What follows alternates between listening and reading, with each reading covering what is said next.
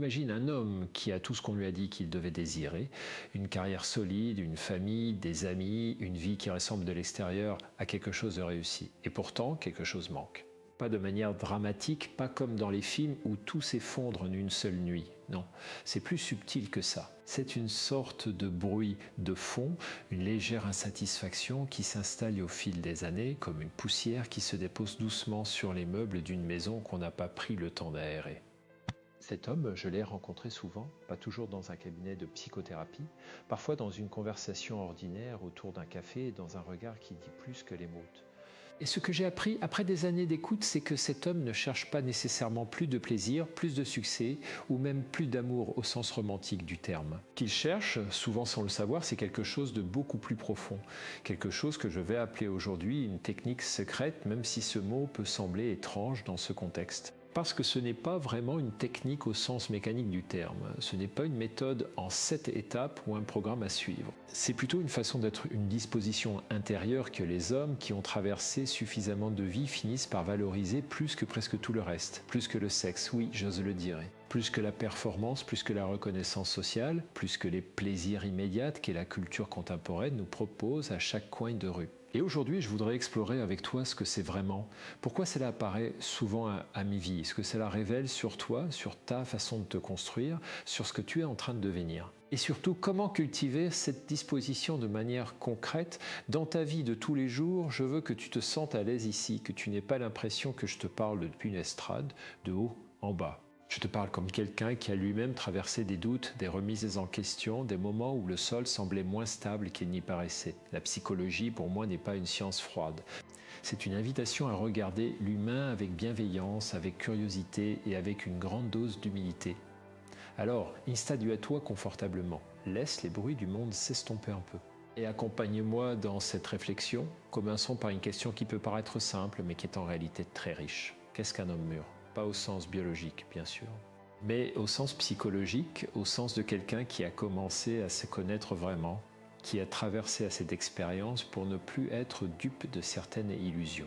Dans notre culture, on valorise énormément la jeunesse, la vitalité, l'énergie, la nouveauté, et il y a quelque chose de beau là-dedans, je ne le niais pas.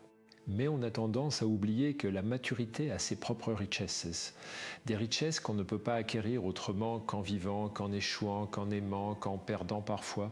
Un homme mûr, c'est quelqu'un qui a commencé à faire la paix avec sa propre complexité, qui ne cherche plus à être parfait, mais à être authentique.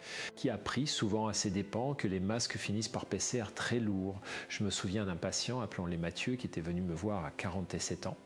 Il était directeur commercial, très performant dans son domaine, admiré par ses collègues et pourtant il me disait avec une voix étrangement calme « Je ne sais plus qui je suis quand je rentre chez moi le soir. Quand je retire la veste et que je m'assieds dans mon fauteuil, il y a un vide et que je ne sais pas comment remplir. » Ce vide dont parlait Mathieu, je l'ai entendu décrit de 1000 façons différentes.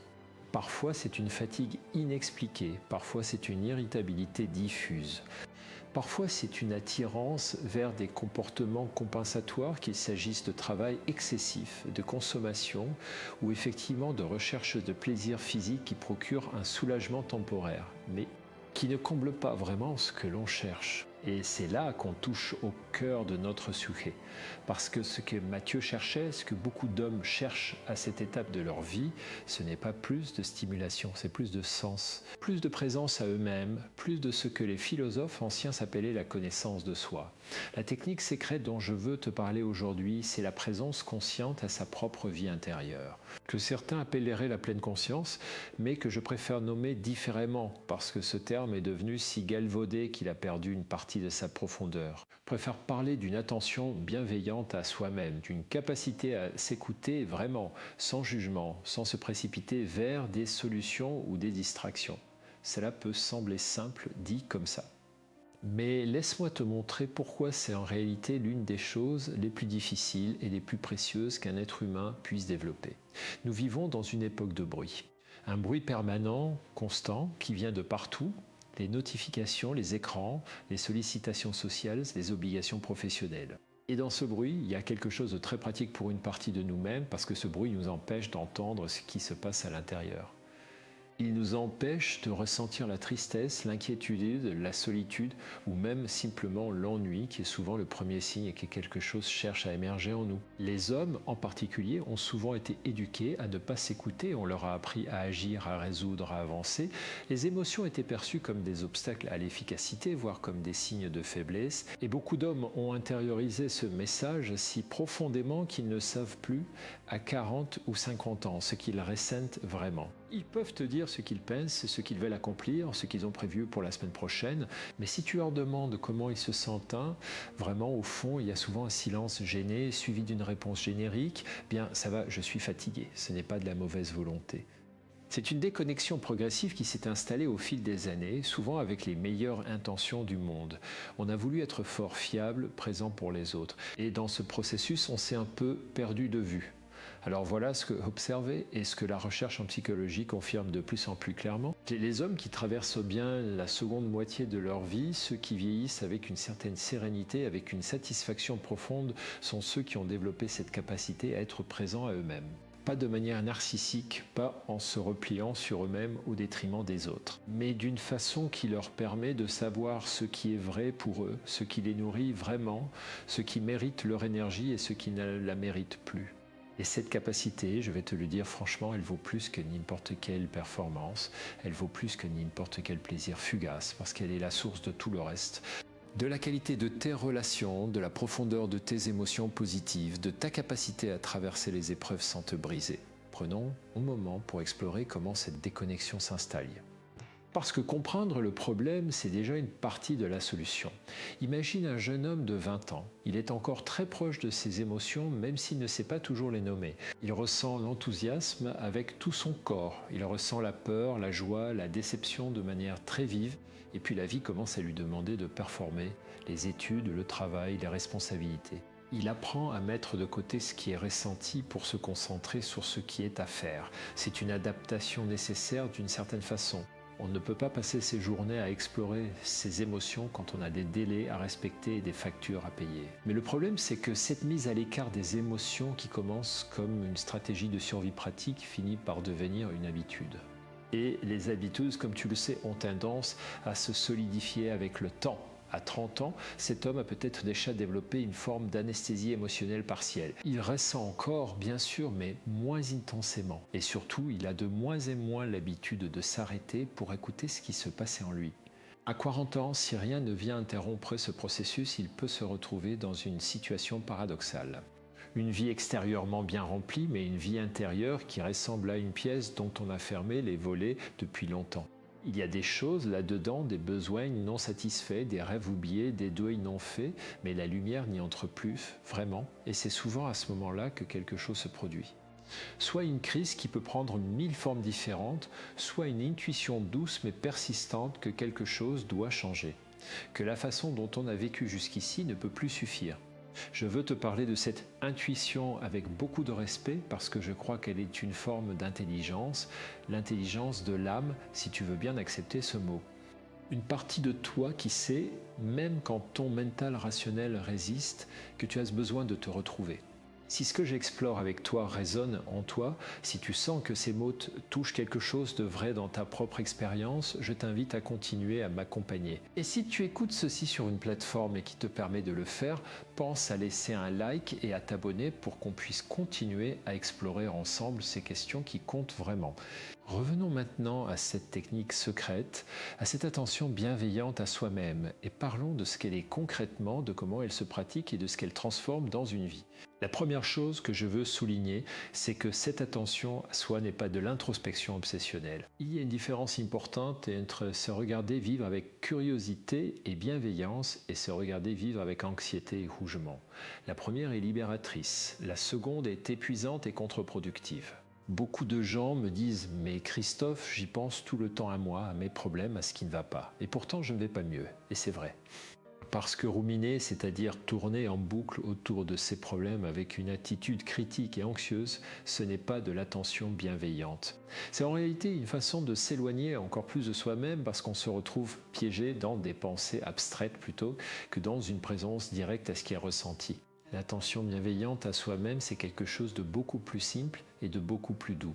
C'est la capacité de s'arrêter, même brièvement, et de se demander qu'est-ce qui se passe en moi là maintenant? Pas pour résoudre quelque chose, pas pour changer quelque chose immédiatement, mais juste pour constater, pour être témoin de sa propre expérience. Ça peut ressembler à ça. Tu es dans ta voiture, tu viens de finir une réunion difficile, plutôt que d'allumer la radio ou de vérifier ton téléphone, tu prends 30 secondes. Tu remarques que tes épaules sont crispées, tu remarques que tu as une légère nausée dans le ventre, tu remarques que tu es irrité ou peut-être blessé ou peut-être simplement épuisé. Tu ne fais rien avec ça pour l'instant, tu observes juste et quelque chose de très subtil mais de très important se produit. Tu reviens à toi-même. Ce retour à soi-même, aussi bref soit-il, a des effets mesurables sur le système nerveux. Il active ce que les neuroscientifiques appellent le système nerveux parasympathique, celui qui est responsable du calme, de la récupération, de la régulation émotionnelle. Et avec le temps, si tu pratiques régulièrement ces petits moments de retour à toi-même, tu développes une capacité de plus en plus grande à rester ancré, même dans les situations difficiles. Mais au-delà des effets physiologiques, il y a quelque chose de plus profond. Ces moments d'attention à soi-même sont des moments où tu te traites toi-même comme quelqu'un qui compte. Comme quelqu'un dont l'expérience intérieure mérite d'être écoutée. Et pour beaucoup d'hommes qui ont passé des décennies à se mettre au service des autres, de leur famille, de leur travail, de leur image sociale, cela représente une révolution silencieuse. Je voudrais maintenant explorer pourquoi cette pratique est si intimement liée à la question de la sexualité, puisque c'est de cela que parle notre titre.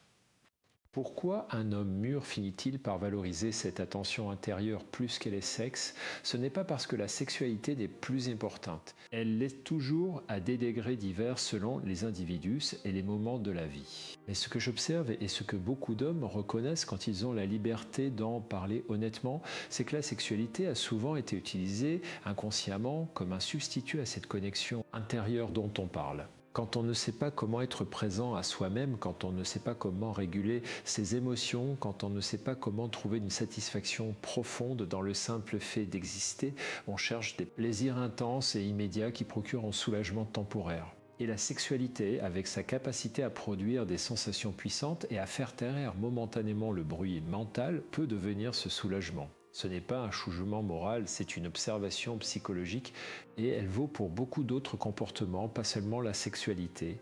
Le travail excessif peut jouer le même rôle. L'alcool, la nourriture, les jeux vidéo, les réseaux sociaux. Tous ces comportements peuvent être utilisés comme des façons de ne pas être avec soi-même. Mais voilà ce qui se passe avec l'âge, avec la maturité, avec l'accumulation d'expériences. On commence à voir clairement que ces substituts ne comblent pas vraiment le vide. Ils le couvrent temporairement, mais il revient toujours. Et chaque fois qu'il revient, il est peut-être un peu plus insistant, un peu plus difficile à ignorer, et c'est là qu'une transformation peut se produire. L'homme qui était obsédé par la performance sexuelle à 30 ans, non pas par désir authentique, mais par besoin de validation, par besoin de s'éprouver quelque chose, cet homme à 50 ans peut découvrir que ce dont il a vraiment envie, c'est d'une intimité différente.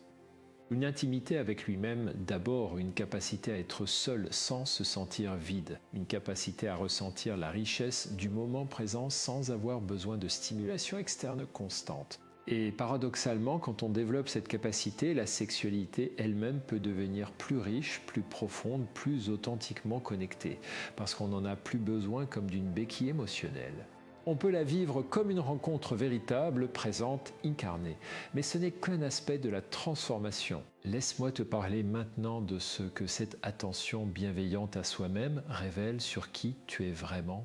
Quand tu commences à t'écouter régulièrement, avec douceur, sans jugement, tu commences à découvrir des choses sur toi-même que tu ne savais peut-être pas, ou plutôt que tu savais peut-être intuitivement, mais que tu n'avais jamais pris le temps de reconnaître vraiment.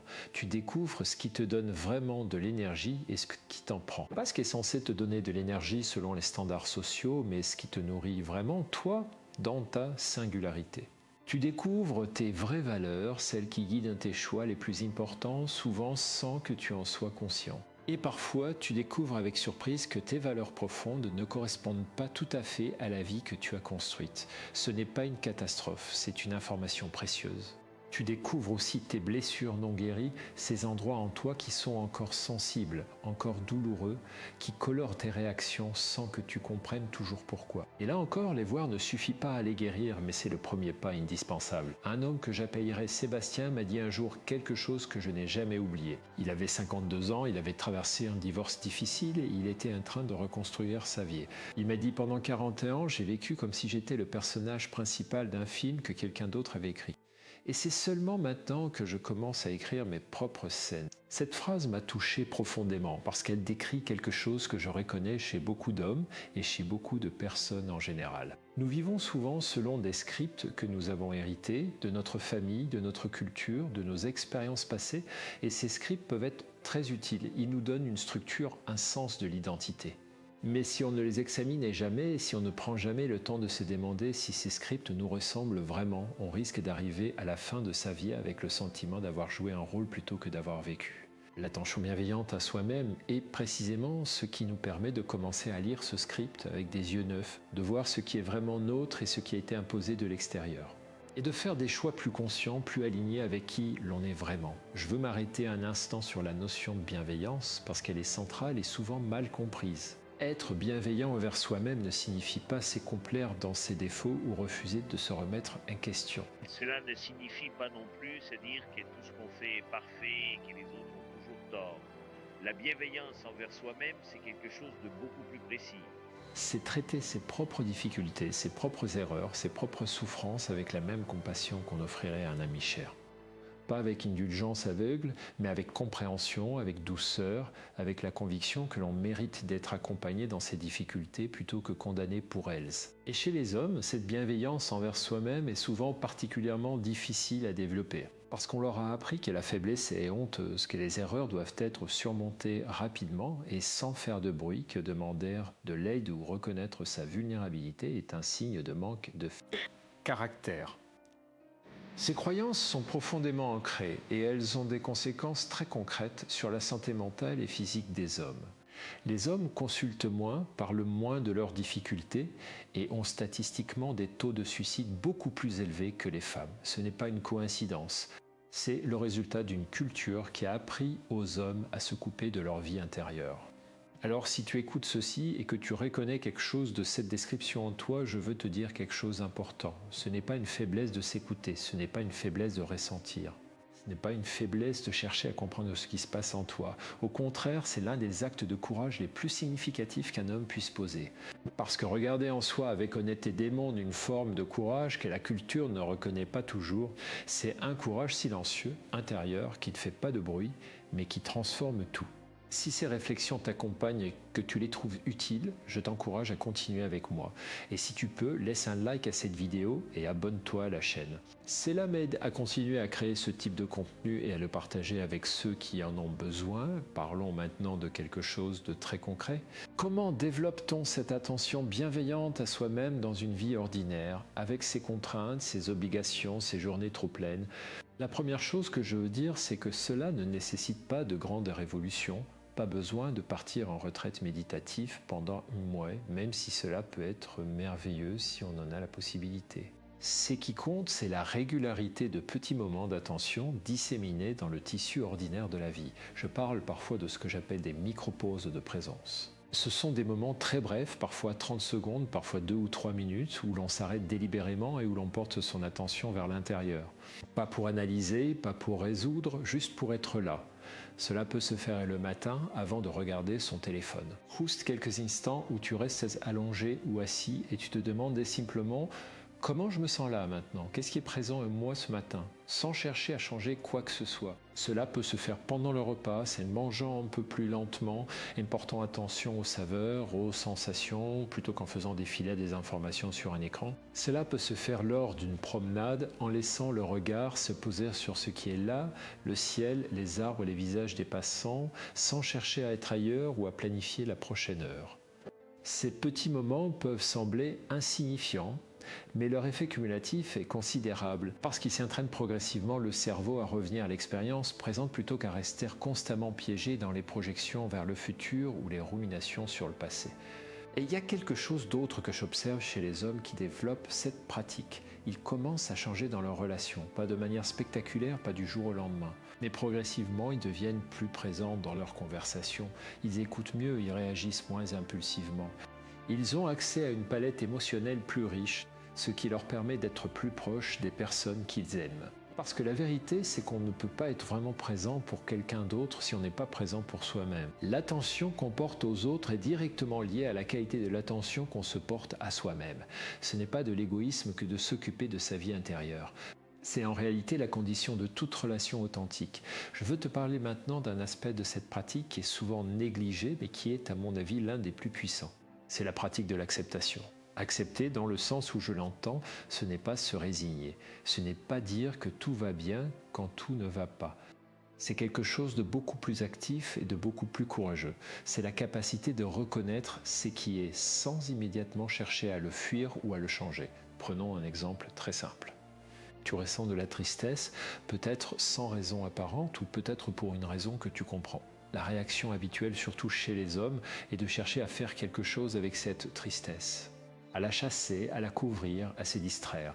On va faire du sport, on va appeler quelqu'un, on va travailler plus, on va chercher une stimulation quelconque, et parfois ces stratégies fonctionnent temporairement.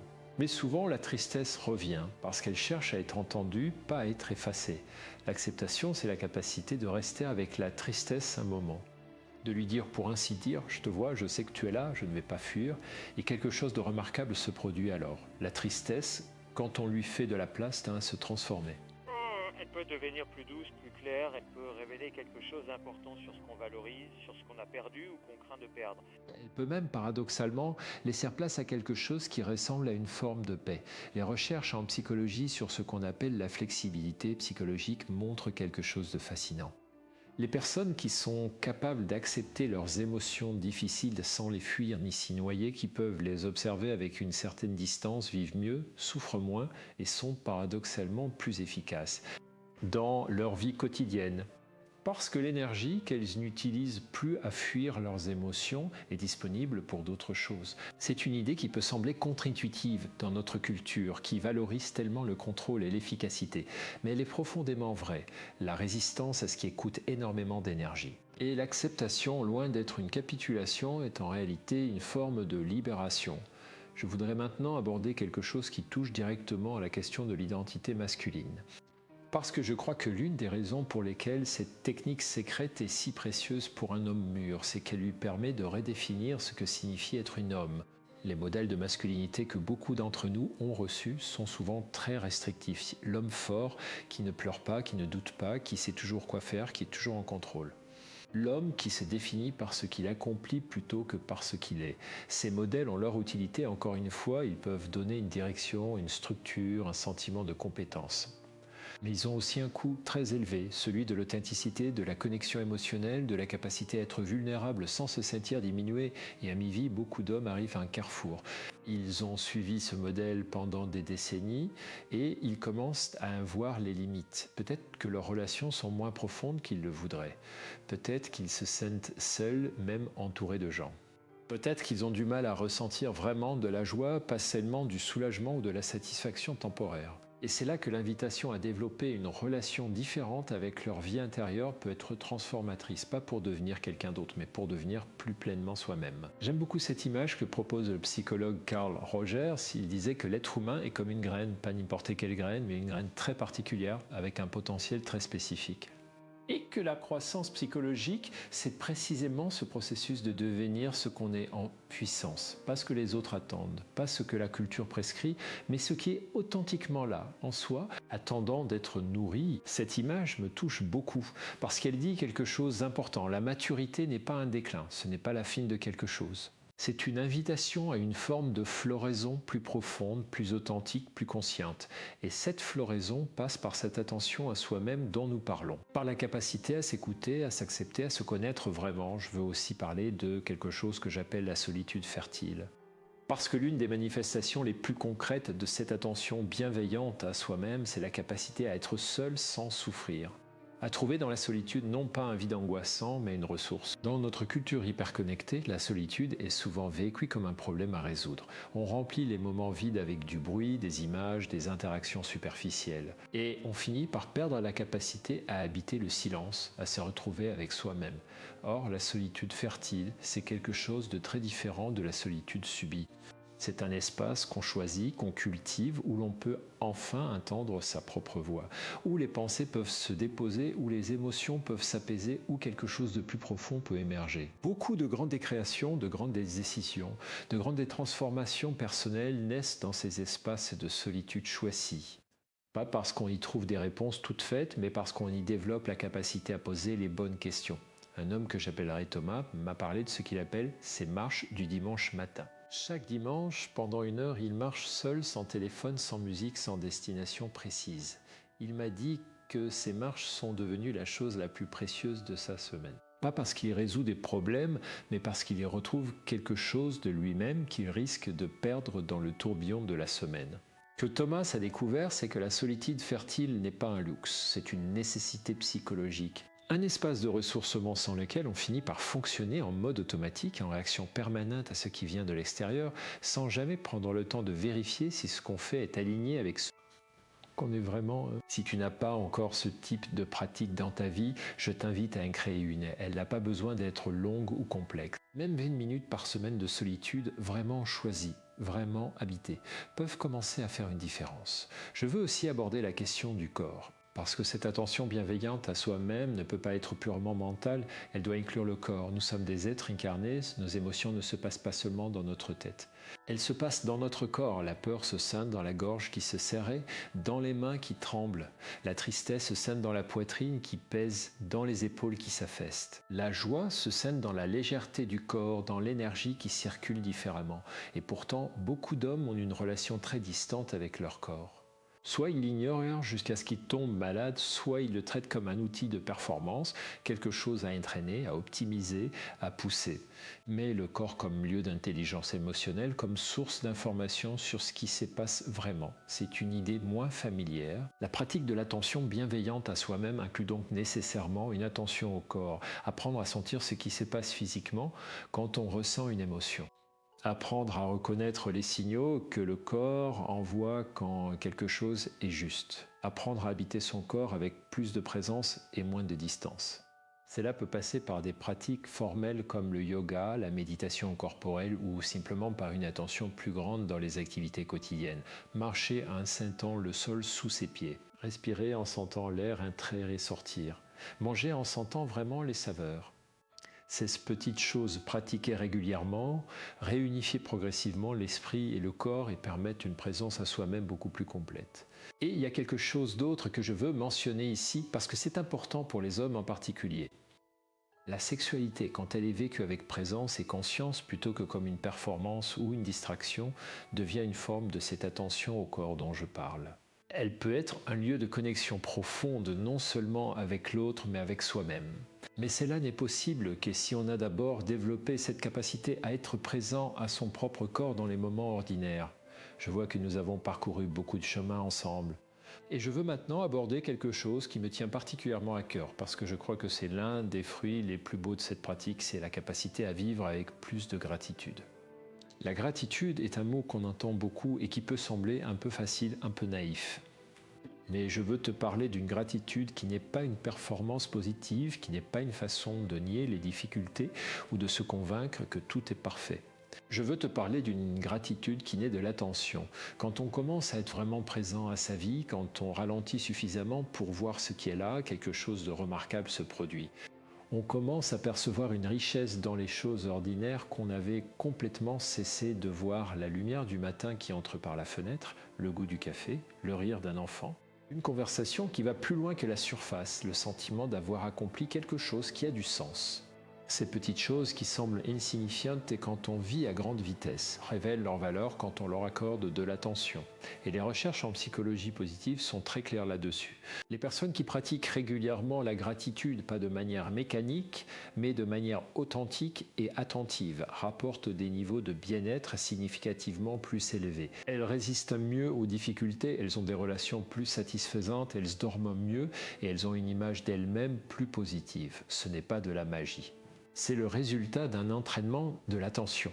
Quand on apprend à voir ce qui est bien, ce qui est beau, ce qui mérite d'être apprécié, on ne nie pas ce qui est difficile, mais on rééquilibre le regard. On cesse de laisser le négatif occuper tout l'espace, ce qu'il a tendance naturellement à faire parce que notre cerveau est biologiquement câblé pour détecter les menaces et les problèmes. Pour un homme mûr qui a développé cette attention bienveillante à lui-même, la gratitude n'est pas quelque chose qu'il pratique parce qu'on lui a dit que c'est bien, c'est quelque chose qui émerge naturellement de sa façon d'être présent au monde. C'est une conséquence de la pratique, pas une obligation. Si tu écoutes toujours et que tu trouves de la valeur dans ce que nous explorons ensemble, je t'invite encore une fois à laisser un like et à t'abonner. Ton soutien me permet de continuer à créer ce type de contenu et il aide aussi d'autres personnes à découvrir ces réflexions. Je veux maintenant parler de quelque chose qui est souvent au cœur des transformations que j'observe chez les hommes à mi-vie. C'est la question du sens. Viktor Frankl, ce psychiatre autrichien qui a survécu au camp de concentration et qui a fondé ce qu'il appelait la logothérapie, la thérapie par le sens, disait quelque chose de fondamental. Il disait que l'être humain peut supporter presque n'importe quelle souffrance s'il a un pourquoi, s'il sait pourquoi il vit, pourquoi il s'élève le matin, ce pourquoi son existence a une valeur. Et je crois que c'est l'une des questions les plus importantes. Est-ce que l'homme mûr commence à se poser ? Pas de manière angoissée, pas comme une crise existentielle, mais comme une invitation à aller plus loin dans la compréhension de lui-même. Quel est mon pourquoi ? Qu'est-ce qui donne vraiment du sens à ma vie au-delà des obligations et des rôles sociaux ? Cette question, quand on la pose avec honnêteté, peut révéler des choses surprenantes. Parfois, on découvre que ce qui donne le plus de sens n'est pas ce qu'on aurait cru. Pas les grains de réussite, pas les accomplissements spectaculaires, mais des choses beaucoup plus simples et beaucoup plus profondes. La qualité de la présence qu'on offre à ses enfants, la profondeur d'une amitié, la satisfaction de contribuer à quelque chose qui dépasse soi-même, la beauté d'un moment vécu pleinement, et l'attention bienveillante à soi-même est précisément ce qui nous permet d'entendre ces réponses. Parce que ces réponses ne viennent pas du mental rationnel qui est souvent influencé par des croyances héritées et des pressions sociales. Elles viennent de quelque chose de plus profond que certains appellent l'intuition, d'autres la sagesse intérieure, d'autres encore l'âme, peu importe le mot qu'on utilise. Ce qui compte, c'est la capacité à s'arrêter suffisamment longtemps pour entendre cette voix plus douce, plus profonde, qui sait souvent des choses que notre mental agité n'a pas encore eu le temps d'intégrer. Je veux aussi aborder la question des relations, parce que cette transformation intérieure dont nous parlons a des effets très concrets sur la façon dont un homme se relie aux autres. Quand un homme développe une relation plus bienveillante avec lui-même, quand il apprend à s'écouter, à s'accepter, à se connaître, quelque chose change dans ses relations. Il devient moins défensif, moins besoin de se protéger, parce qu'il y a moins de choses en lui qui lui font peur. Il devient plus capable d'écouter vraiment, parce qu'il n'est plus constamment préoccupé par l'image qu'il projette ou par la menace que représentent les opinions des autres. Il devient aussi plus capable de vulnérabilité. Et ici, je veux dire quelque chose d'important. La vulnérabilité n'est pas une faiblesse. La vulnérabilité, c'est la capacité à se montrer tel qu'on est, sans masque, sans armure. Et c'est précisément cette capacité qui crée la connexion authentique avec les autres. Brené Brown, chercheuse américaine qui a beaucoup étudié la question de la vulnérabilité, dit quelque chose de très juste. Elle dit que la vulnérabilité est le lieu de naissance de l'amour, de l'appartenance, de la joie, du courage et de la créativité. Que sans vulnérabilité, on peut avoir des relations fonctionnelles, mais pas des relations vraiment profondes. Et pour les hommes qui ont été éduqués à se protéger, à ne pas montrer leurs failles, à être toujours forts, cette invitation à la vulnérabilité peut sembler terrifiante. Mais ceux qui osent franchir ce pas découvrent quelque chose d'inattendu. Ils ne perdent pas le respect des autres en se montrant plus humains. Au contraire, ils le gagnent. Parce que les gens ne se connectent pas à des performances, ils se connectent à des êtres humains authentiques, avec leurs forces et leurs fragilités. Un père de famille que j'appellerai Marc m'a dit un jour quelque chose qui m'a beaucoup touché. Il avait commencé à partager avec ses enfants adultes certaines de ses peurs, de ses doutes, de ses regrets. Et il m'a dit, avec une expression de surprise mêlée d'émotion, Mes enfants m'ont dit qu'ils ne m'aimaient plus depuis que je leur parle vraiment. Depuis que je ne suis plus seulement leur père fort et infaillible, mais aussi un homme qui doute et qui cherche. Cette histoire illustre quelque chose de profond. La force véritable ne vient pas de l'invulnérabilité. Elle vient de la capacité à être authentiquement soi-même avec toute la complexité que cela implique. Permettons-nous maintenant d'aller encore un peu plus loin. Je veux parler de ce que cette pratique fait à notre rapport au temps. L'un des grands paradoxes de notre époque, c'est que nous avons objectivement plus de temps libre que n'importe quelle génération précédente, et pourtant nous nous sentons constamment pressés, manquant de temps, débordés. Et ce sentiment de manque de temps est l'un des plus grands obstacles à cette attention à soi-même dont nous parlons. Quand on est constamment en train de courir, quand on a l'impression que chaque moment doit être productif, qu'on ne peut pas se permettre de s'arrêter, on finit par vivre sa vie de l'extérieur. On la regarde passer plutôt que de la vivre. L'attention bienveillante à soi-même change notre rapport au temps de manière très concrète. Non pas en nous donnant plus d'heures dans la journée, bien sûr, mais en changeant la qualité de notre présence dans les heures qui sont là. Quand on est vraiment présent, même 10 minutes peuvent être infiniment riches. Une conversation qui dure 10 minutes avec quelqu'un qu'on aimait vraiment.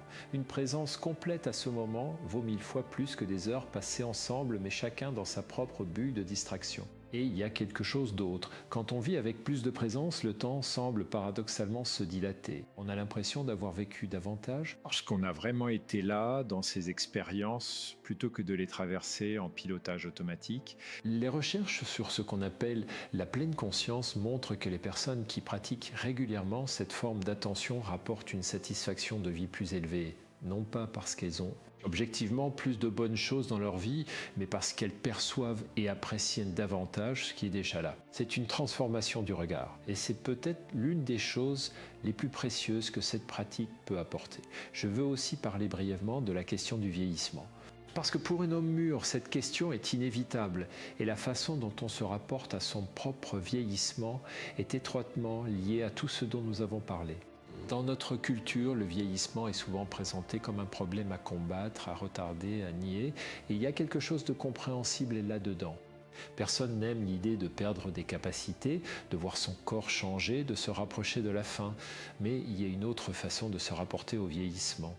Une façon qui reconnaît que chaque étape de la vie a ses propres richesses, ses propres possibilités, ses propres formes de beauté. Et que la sagesse, la profondeur, la capacité à apprécier les choses essentielles, ces qualités se développent souvent avec l'âge, pas malgré lui.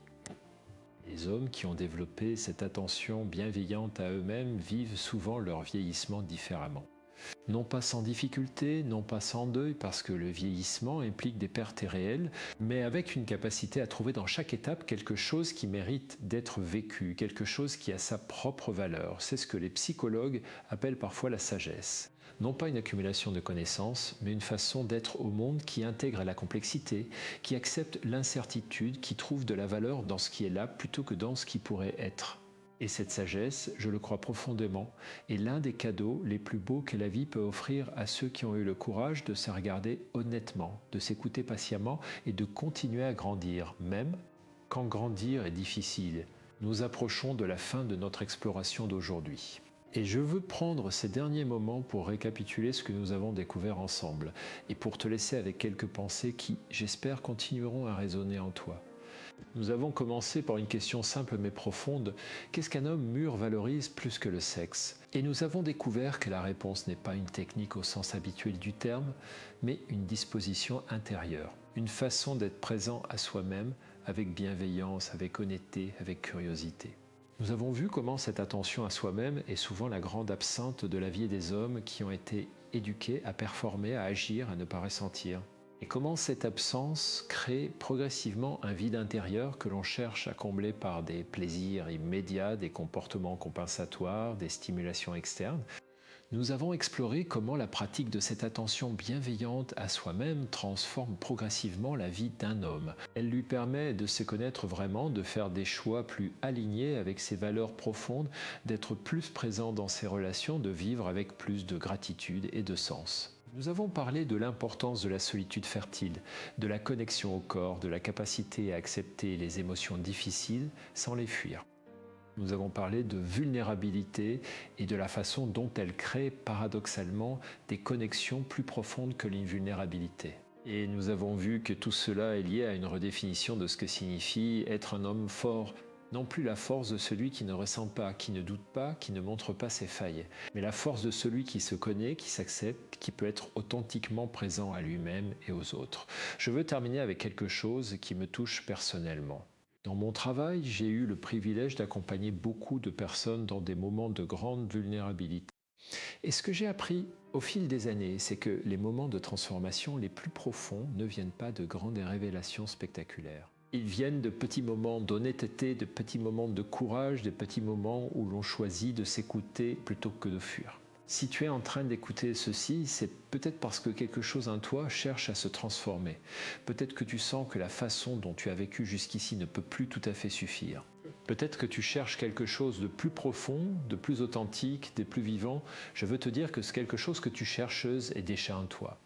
Il attend simplement que tu lui accordes de l'attention. Pas une attention parfaite, pas une pratique sans faille, juste une intention sincère de te retourner vers toi-même avec douceur, avec régularité, avec la conviction que ta vie intérieure mérite d'être habitée. Tu n'as pas besoin de tout changer d'un coup, tu n'as pas besoin d'atteindre un idéal, tu as juste besoin de commencer. Peut-être ce soir, avant de t'endormir, prendre 2 minutes pour te demander simplement qu'est-ce qui s'est passé en moi aujourd'hui, comment je me suis senti vraiment. Qu'est-ce qui a eu de la valeur pour moi dans cette journée?